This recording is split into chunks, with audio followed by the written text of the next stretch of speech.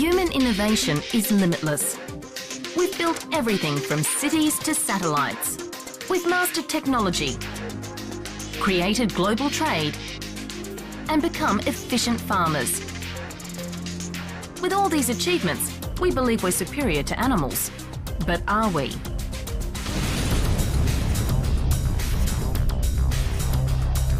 The truth is, animals invented most things before humans did and have been using technology in their world for millions of years. It's not just man that wants a little piece of the world to call his own. Almost every animal on this planet wants a home and instinctively knows how to build it. Just like us, animals are busy creating little hideaways from the outside world. Every one of the technological principles that underpin human society has a parallel in the natural world. In nature, we find builders, engineers, and even farmers. When it comes to innovation, animals did it first.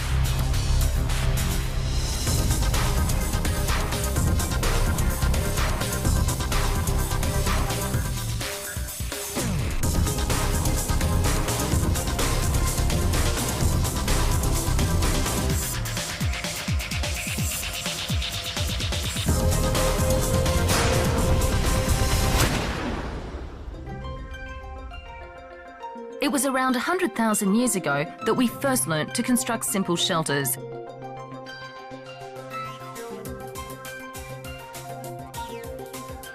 Today, we create homes with advanced building techniques, and what we construct is limited only by our imagination.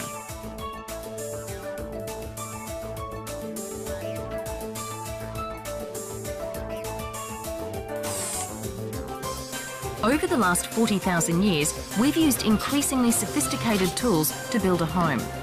But just as man moved from caves to more complex architecture and ultimately city dwellings, animals too have evolved to become decorators, designers, bricklayers, and even carpenters. The first stage of home building is to lay the foundations using raw materials. And it's not just man who craves a little piece of the world to call his own.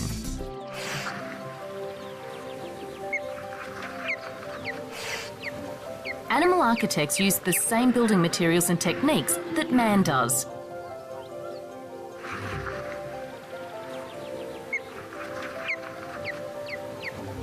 For 60 million years, birds have been collecting twigs and constructing nests in which to raise their young. But there's one bird that stands out as the master builder. The weaver bird exploits the most abundant material of the African savanna, grass. To make its nest, the male weaves long strips of grass into a ring and attaches them to twigs at both ends. The ring is then extended to create a spherical foundation.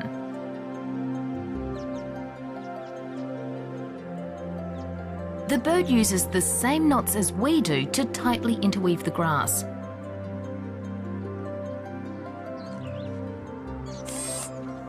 The walls are made from long grass and the ceiling from shorter pieces. Either way, the bird is always weaving a curved surface. The result is a magnificent nest, suspended in mid-air to keep it cool and out of reach of predators. There's one animal that makes a home of grass in fields of wheat. The female European harvest mouse builds its nest by exploiting a particular characteristic of grass. Grasses have parallel veins in their leaves so they can be split along their length without killing the leaf. By shredding the grass while it's still attached to its stem, the mouse makes a nest that remains as green as the surrounding field and is perfectly camouflaged. The mouse pulls loops from one split leaf through loops in others to weave a tough living structure. It's similar to knitting, and construction is easiest to follow when the action is speeded up.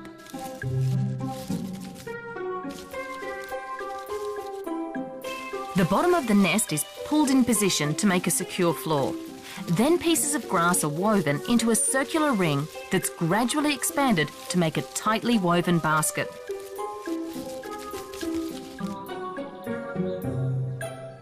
When the wheat ripens and turns brown, the grass nest also changes colour. It's the perfect camouflage. While the harvest mouse exploits the fact that grass is so abundant, many insects use an even more abundant raw material. That's if they can resist eating it.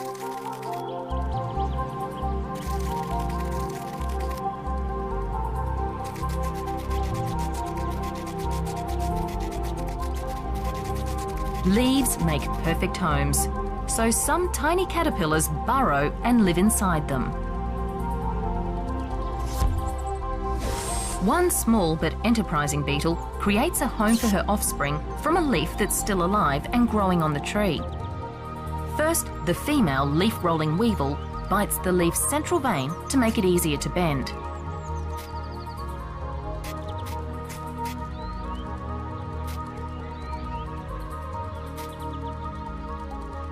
Next, she painstakingly folds the leaf in half.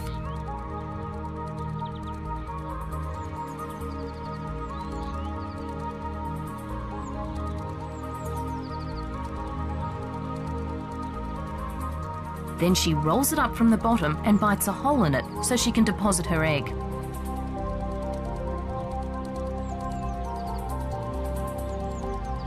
Now all the weevil has to do is roll up the rest of the leaf so as to fully encase the egg. As the roll gets bigger, the work gets harder.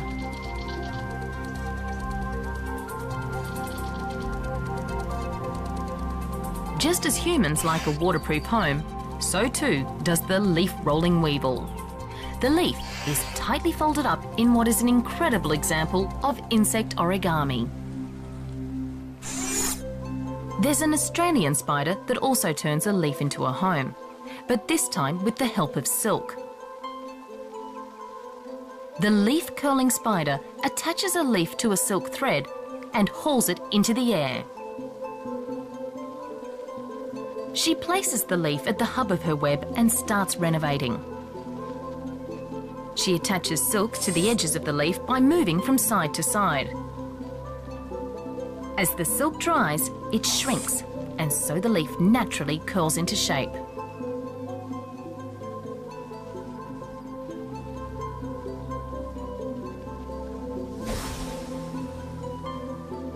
The end result is a sturdy home, and leaf curlers go in for a variety of architectural designs. We humans have found that it's quicker to build a home if we work as a team. But African weaver ants discovered this 150 million years ago, and they have the biggest chain gangs in the world. First, the female workers use teamwork to hold the edges of two leaves together. The leaves are much bigger than they are, so they form a chain gang to pull the leaves closer. Silk is used to attach the leaves together. The adults can't manufacture silk, but their larvae can. So these are recruited to provide the glue. While some ants continue to hold the leaves in place, others manipulate the larvae with their mouths until the silk attaches the leaves together. It's a slow process, but eventually hundreds of leaves become attached to make a 2 foot or 2/3 of a metre spherical nest.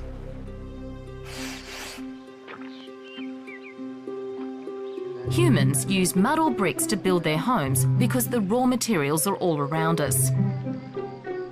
But animal architects learnt to utilise mud long before we did.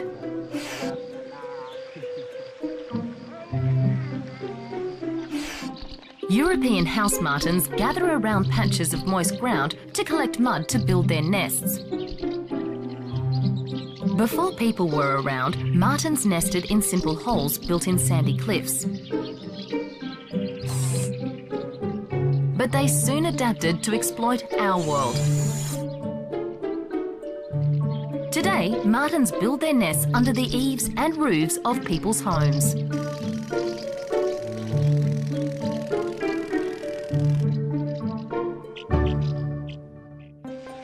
Mud is also the preferred building material for a solitary wasp that lives in the African savanna. Provided there's enough water, mud is the perfect construction material because it can be moulded into any shape and it dries quickly.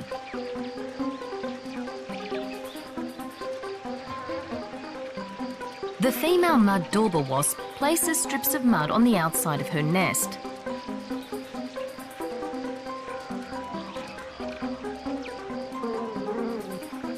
Now the nest is ready to receive her egg.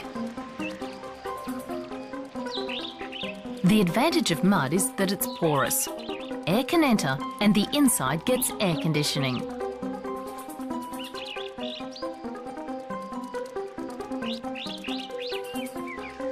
Capping the cell is the most difficult part of the job, but the wasp makes it look easy. She collects mud in the normal way, but this time makes sure it's extra wet. She then moulds the lid in position.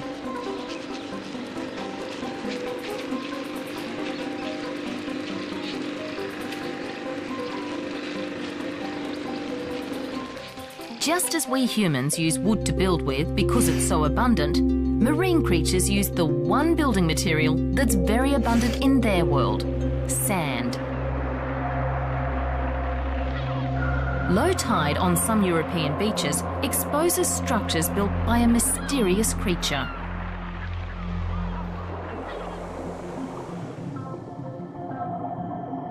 The sand mason worm lives in a vertical burrow. The worm uses sand particles to construct a solid structure which both protects it from predators and prevents it from being washed away. To build its burrow, each tentacle must pick up sand just one grain at a time. By speeding up the action, it's possible to see in just a few seconds what the worm achieves in one day. The sandy branching superstructure is held together by glue secreted by the worm. To work underwater, this adhesive would have to be very strong, and such sophisticated building is a remarkable feat for a primitive animal. Animals may be master builders, but some are also expert decorators. Hermit crabs are squatters that take refuge in discarded shells. Once a hermit crab has found a new home, it decorates the shell with a living security system. It recruits stinging anemones. Every time the hermit crab moves house, it also transfers its bodyguards. Meticulously, each anemone is removed from the old and placed on the new home. But like most decorating, it doesn't always go according to plan.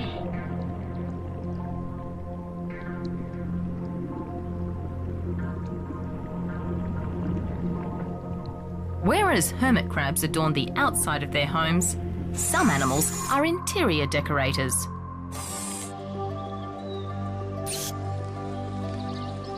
The female leafcutter bee cuts small round sections of leaf to use in her home.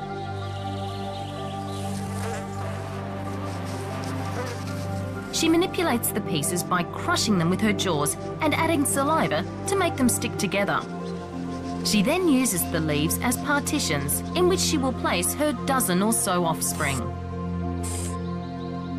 Using cells to save space is a design tip that inner city architects have only recently employed. But bees have been doing it for 200 million years. Biological studies of bumble and honeybees have found that the most space-efficient shape for a home is a hexagon. That's why bee colonies can raise 50,000 young in a small space. But the most dedicated interior decorators are the birds.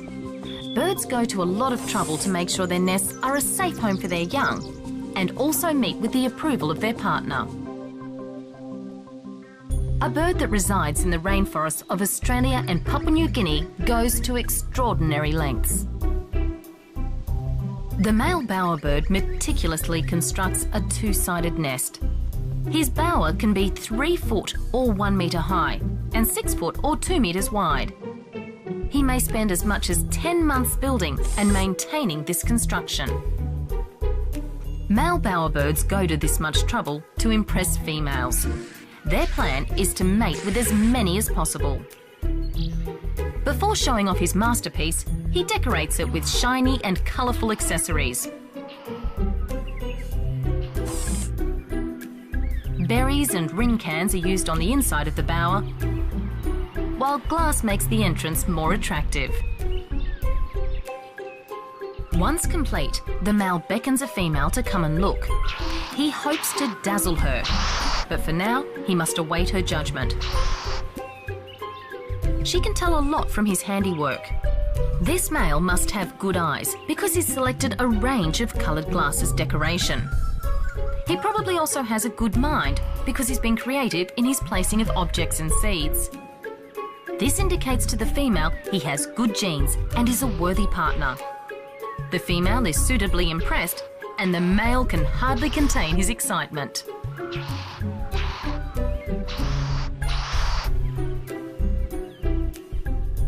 Animals may be skillful builders and creative decorators, but when it comes to inventiveness, surely humans are in a league of their own. Surprisingly not. As a species, we've developed everything from skyscrapers to rockets, and in our homes, we're surrounded with all sorts of gadgets. Take the kitchen: dishwashers, blenders, and food processors. For centuries, it was believed that it was this inventiveness that made humans unique.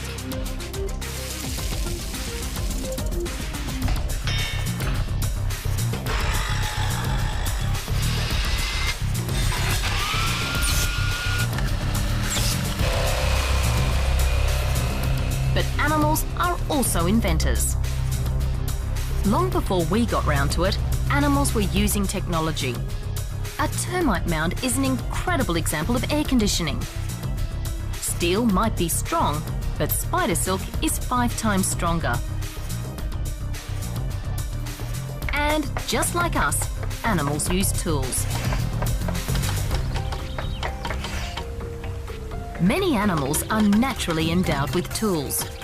The woodpecker's beak is such an efficient chisel that over 200 bird species have evolved the woodpecking lifestyle.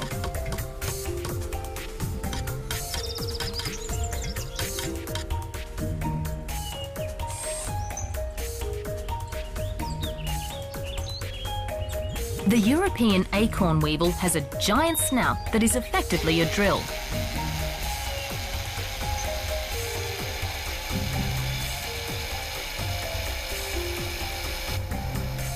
The female weevil burrows into an acorn and then deposits her eggs inside.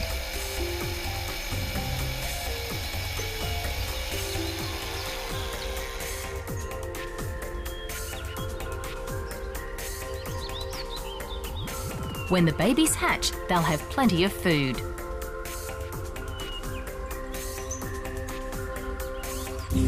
And speaking of giant snouts, an elephant's trunk is more than just a long nose.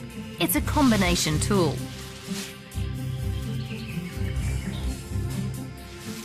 It's a food gathering implement, a sensitive probe, and a weapon all rolled into one.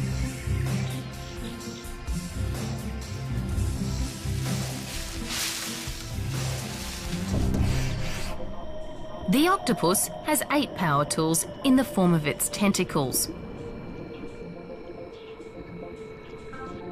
On the sea floor, a crab hides in a bottle, believing it will be safe. But the tools of the octopus are highly flexible and can squeeze through remarkably small openings.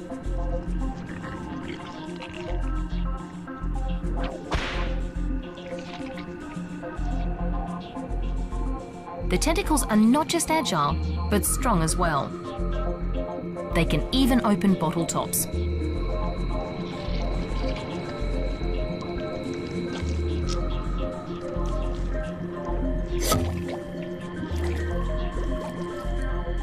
They're also highly sensitive probes. Just as we use a snorkel to breathe underwater, the red-tailed maggot uses a natural snorkel.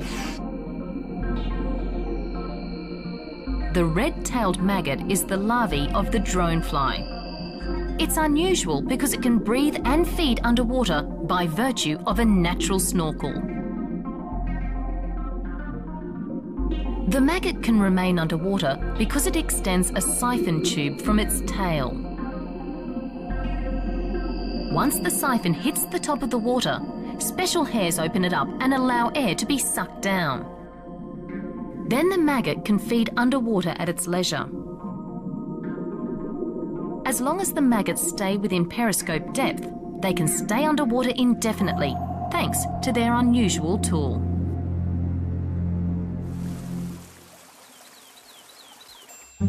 If you're not naturally endowed with the right tool, then you have to find one. The Australian buzzard likes to eat large bird eggs, but it doesn't have a strong enough beak to break into the shell. It's learnt to use a stone to do the job.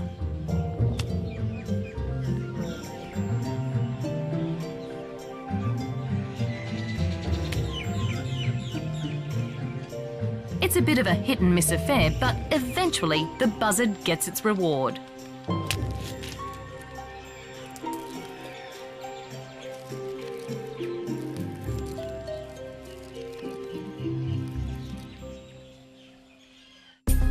It's been said that the invention of steel was one of the greatest human achievements. For while it's strong, it's also light and flexible. It was about 3,000 years ago that West Africans learnt to smelt iron and develop metallurgy. And today, it's hard to imagine a world without steel. But spiders invented a compound stronger than steel 200 million years before. Weight for weight, spider silk is 5 times stronger than steel and twice as elastic.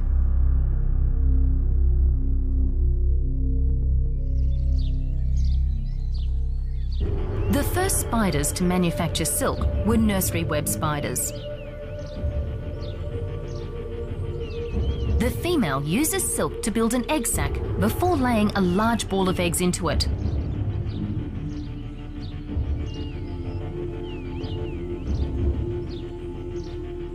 She then encloses this in another layer of silk. As the silk dries, it darkens.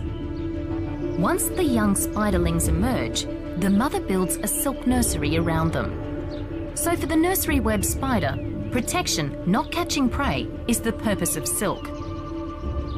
But sometimes insects do get caught in the nursery web, and biologists believe this provides a clue as to how using webs to catch prey first evolved in the spider family. The earliest known spider to use silk to catch its prey is the sheet web spider. This spider lays a primitive web that is nothing more than a sheet of silk. But it's a very effective trap, as this grasshopper has found out.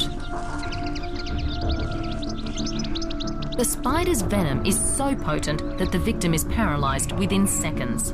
There's no need for the spider to wrap its prey in silk. As spider webs evolved, they became more complex and the orb web was born. This lace web spider starts building her orb web by laying radial lines from the centre. Next, the spider spins a strengthening ring around the hub to hold the radial framework in position. She then lays down the main spiral from the inside out. There are usually around 30 spiral lines, each designed to snare prey.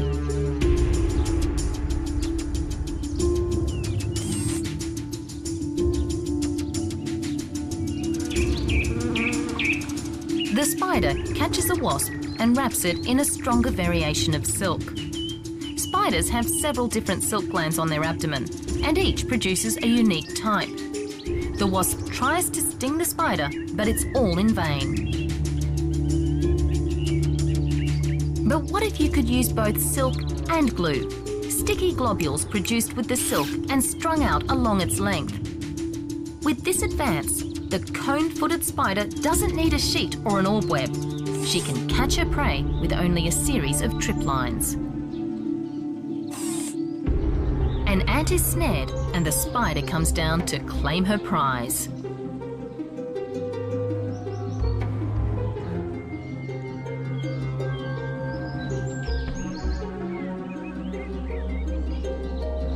From the accidental trap to the sophisticated orb web and sticky trip lines, there's a path of increasing ingenuity in the use of spider silk. But the most remarkable application of silk can be seen in the freshwater spider. This spider builds a dome of silk, fills it with air, and attaches it to a pebble at the bottom of a pond. The dome is effectively a diving bell. Just like a scuba diver's oxygen bottles, it allows the spider to breathe underwater. To build the bell, the spider spins a tangle of silk amongst the weed. Next, it traps a bubble of air on waterproof hairs around its abdomen. It then transports this to the diving bell, where it uses its back legs to scrape the bubble off its body. Because spiders breathe through their skin, she must repeat this process until the diving bell has enough air to envelop her whole body. The diving bell isn't just a refuge, it's also a hunting lodge.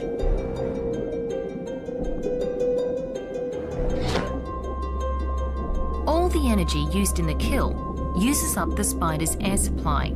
She must return to her diving bell to breathe.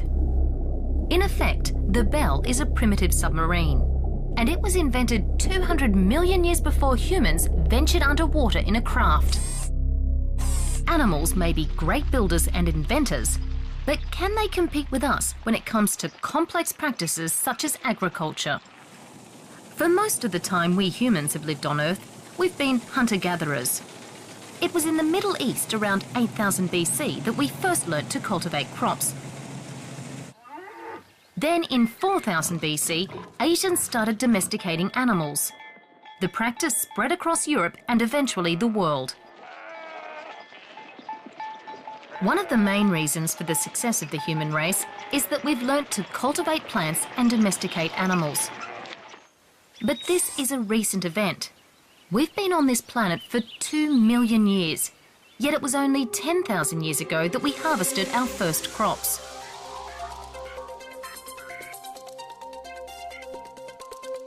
By contrast, farming was going on 100 million years earlier in primitive animals with tiny brains. Meet the world's first farmers, ants. In South America, a procession of leafcutter ants are on a mission. These female workers move out from the colony in such high numbers that they wear down the vegetation. With their sharp jaws, the ants cut thousands of leaves into manageable pieces.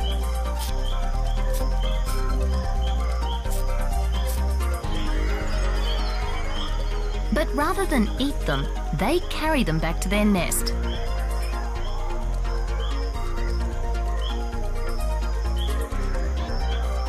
The leaf pieces may be many times bigger than the carrier, but ants can lift 10 times their own weight.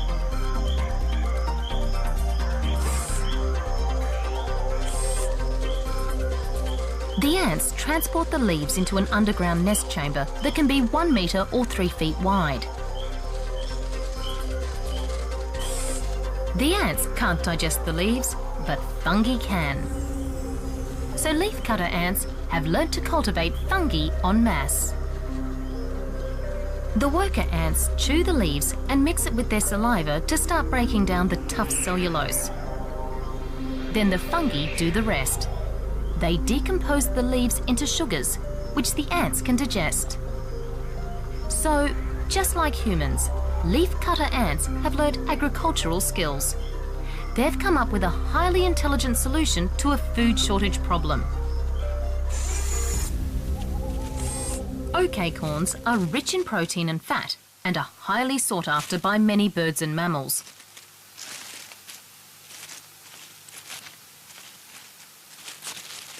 Over the last 30 million years, squirrels have formed such a strong relationship with oak trees that they've co-evolved to shape each other's destiny.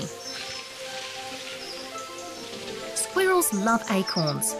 By selecting the nuts for size, taste and nutritional value, squirrels have domesticated acorns in the same way that humans have altered the evolution of cows and sheep.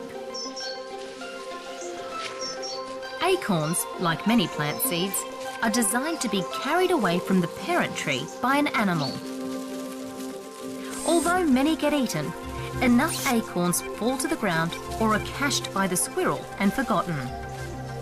Squirrels started eating acorns in such high numbers that over time oaks adapted to produce an abundant supply with thin shells, so the squirrels could crack them open. So the squirrel gets a convenient, easy to open meal, and in return the tree has a friend to transport and bury its seeds. The result is that millions of generations of squirrels have shaped the evolution of billions of acorns by selecting the ones that appeal to them most. Australian weaver ants have gone one step further. They have domesticated an animal. The ants look after a caterpillar because it secretes honeydew. It's a win-win scenario. The ants get a meal and the caterpillar gains protection. One North American solitary wasp even uses caterpillars as slaves. During the breeding season, the female sand wasp builds a simple nest hole in the ground.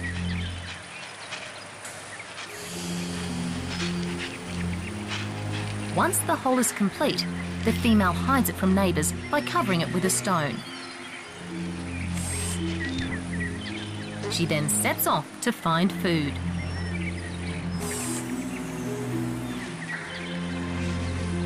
She finds a caterpillar, but a rival also wants it. A tug-of-war ensues. During these skirmishes, two rules are observed.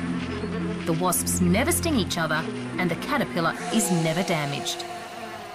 Once she has claimed it as her own, the female wasp stings it behind the head, not to kill it, but to paralyse it. She then takes it back to her nest and buries it alive.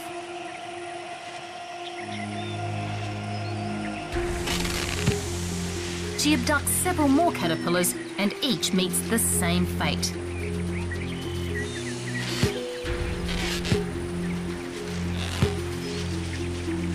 In the burrow, the wasp lays an egg and surrounds it with as many as 10 enslaved caterpillars.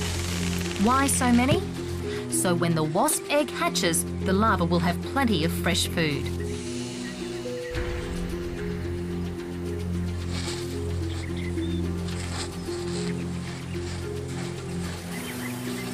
The final closure of the hole is different from the temporary lid the wasp uses when she goes hunting.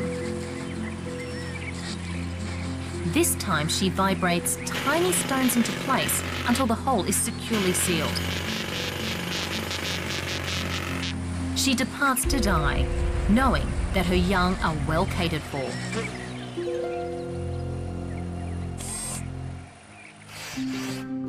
We humans are a successful species, not just because of our building and farming skills, but because of our ability to engineer. This has allowed us to generate power, build cities, and manipulate our environment. Insects too are engineers. Many ant species, like these Australian bulldog ants, excavate underground chambers and change their environment in order to accommodate colonies of up to 500,000 individuals. But the supreme insect engineer is the termite. Their mounds can reach as high as 15 feet or 5 metres. Relative to their size, termites build skyscrapers that are 20 times higher than our tallest buildings. Termite mounds are actually ventilation towers. Because a colony may contain over 1 million individuals, the termites generate lots of heat. The workers build air conditioning stacks that are marvels of engineering.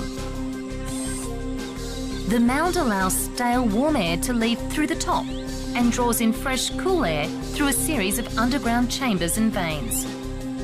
To make them more efficient, the shape and orientation of these northern Australian mounds means that early and late in the day, a large surface area faces the sun to maximise warming. But at midday, when the danger is overheating, only the knife edge across the top catches the sun. Humans have built machines to more effectively exploit land, water and air. But it was only 100 years ago that we built our first planes. Animals have had a head start. 250 million years ago, beetles mastered powered flight.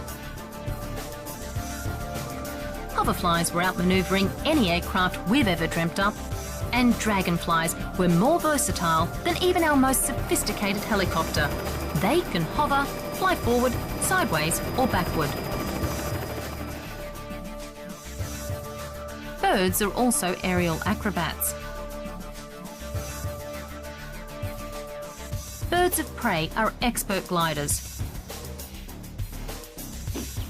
Hummingbirds can hover by moving their wings at 100 beats per second. The true magnificence of being able to fly with a flexible wing beat can only be seen with the action slowed down 100 times.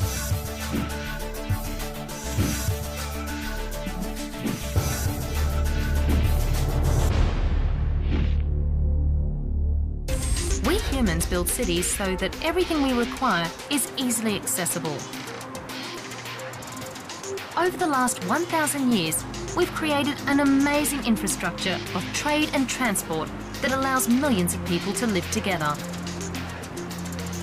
But we're not the only species thriving in mass communities. There are many other animals that also live in vast colonies.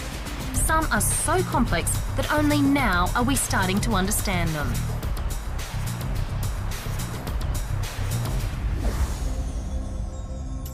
Australia's Great Barrier Reef is the only living organism visible from space.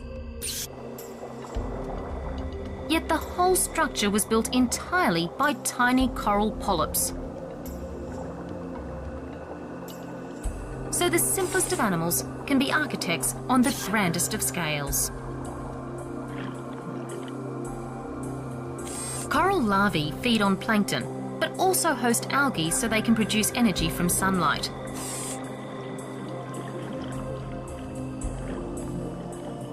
Over the last 17 million years, some 400 species of corals have built an underwater metropolis that stretches over 1,200 miles or 2,000 kilometres, an area the size of Britain. And it's still growing, adding 5,000 tonnes or 5 million kilograms of new buildings every year. The Great Barrier Reef rivals a human city in every aspect. It's home to over 10,000 animal species and trillions of individuals. It's one of the most diverse habitats on the planet.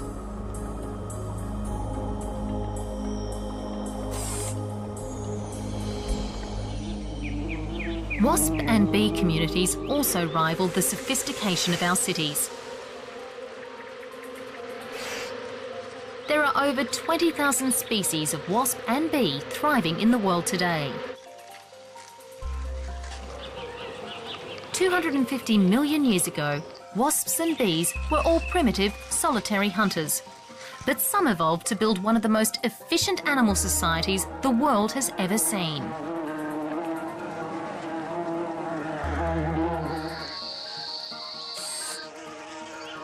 Bumblebee colonies consist mainly of workers that are all daughters of the queen. The workers build cells for their eggs out of wax secreted from glands on the queen's abdomen. With the queen devoted solely to laying eggs and the workers to raising young and collecting food, the society can grow quicker than if there was no division of labour.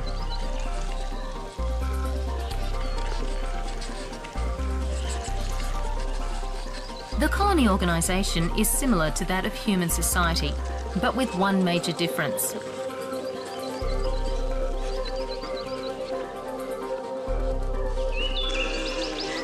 Bumblebees lack the technology to store food, so the colony can't survive through winter when food is scarce.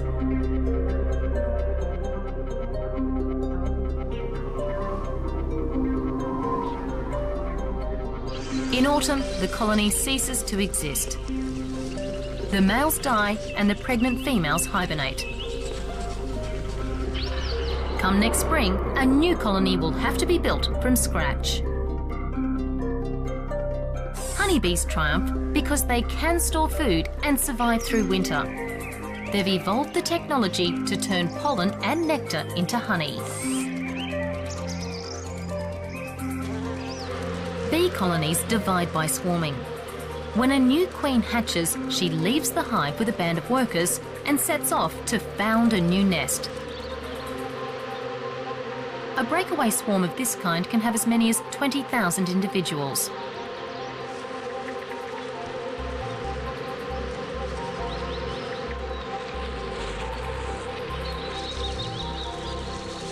Nowadays, honeybees have been domesticated and live in hives, prepared for the convenience of their human exploiters.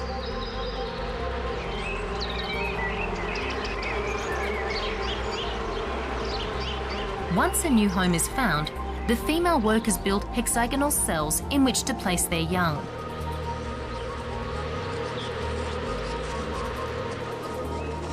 The sole purpose of the queen is to lay eggs, so she's surrounded at all times by couriers and workers.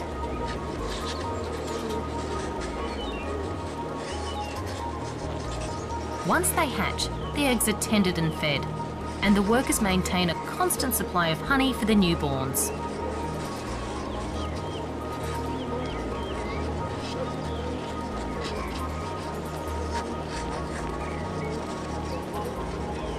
Honeybees have another advantage over primitive bees: the technology to communicate. Biologists have found that honeybees use scent and dance to convey 37 different messages that govern behaviour.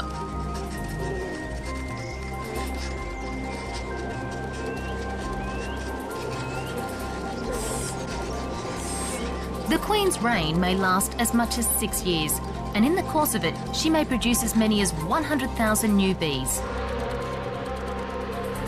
A healthy hive contains about 50,000 bees.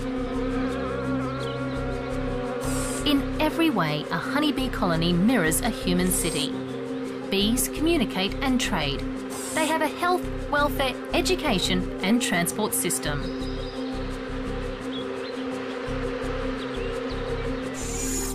We humans tend to adjust the environment to suit ourselves, and animals are masters at adapting to any change that we make. Birds, such as seagulls and terns, have broadened their diet to include our crop seeds. Insects have also rapidly adapted to living alongside humans, despite the fact that we're a relative newcomer on Earth. The key to their adaptability is innovation.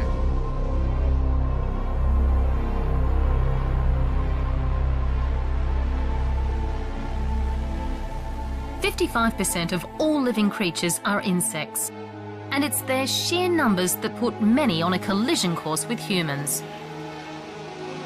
250 million maggots can be born from just 2 adult flies. Many of these survive and hatch into flies, and a few invade our homes, our very sweet homes. We wage war with the fly, but it's a war we can never win because we're hopelessly outnumbered. We've invented every kind of insect trap imaginable, but they hardly make a dent in the population. For every insect we kill, it's estimated that a further 20 million individuals survive.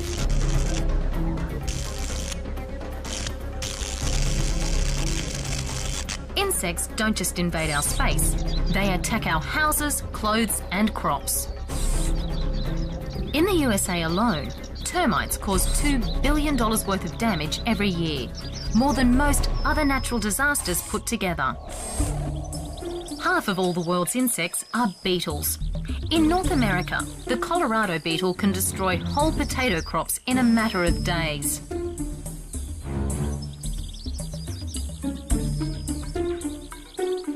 Time-lapse photography shows the damage a heavy infestation can do.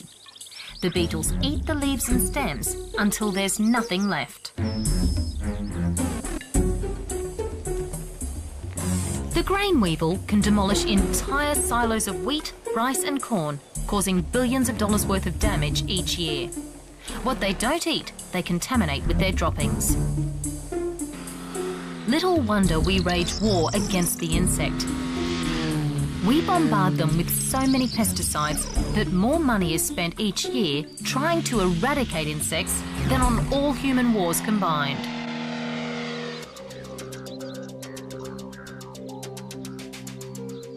But not all the animals we coexist with become our enemies.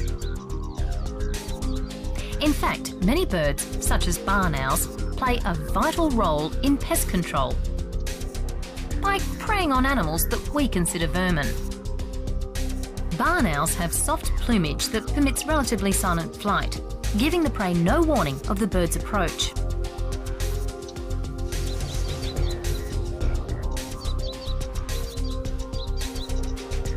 Because they have adapted so well to farmland, today barn owls are common right across Britain.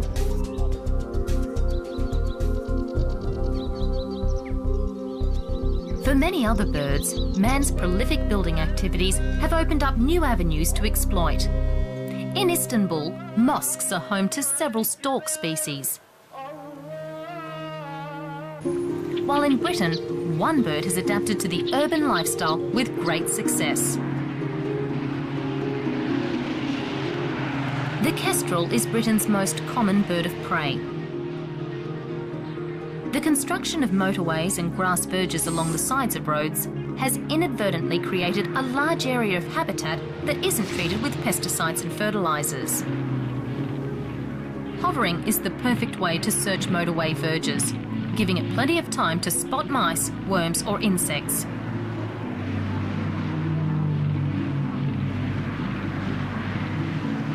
Another reason for the kestrel's success is the availability of nesting sites in farmhouses.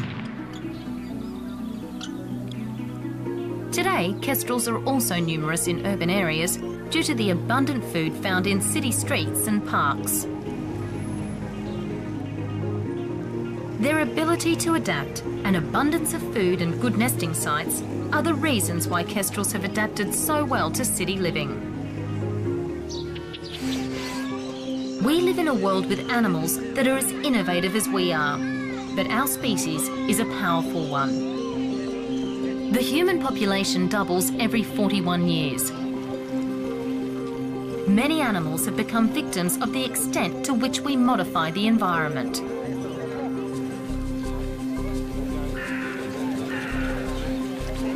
We consume 40% of the Earth's net productivity, and no other animal has the capacity to destroy the planet at such a rapid rate.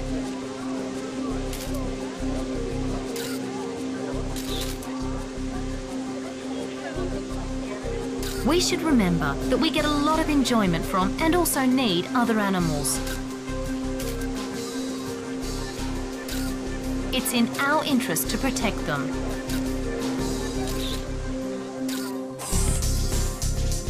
Animals were inventing buildings, air conditioning, roads, bridges and farms long before we appeared on the scene.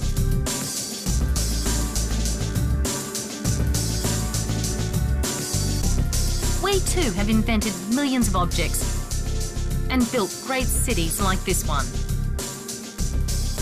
As we go about our daily lives, it's worth remembering we share this world with other animals. Creatures that are also smart, innovative and inventive, and deserving of our respect. For no matter what we have achieved, animals did it first.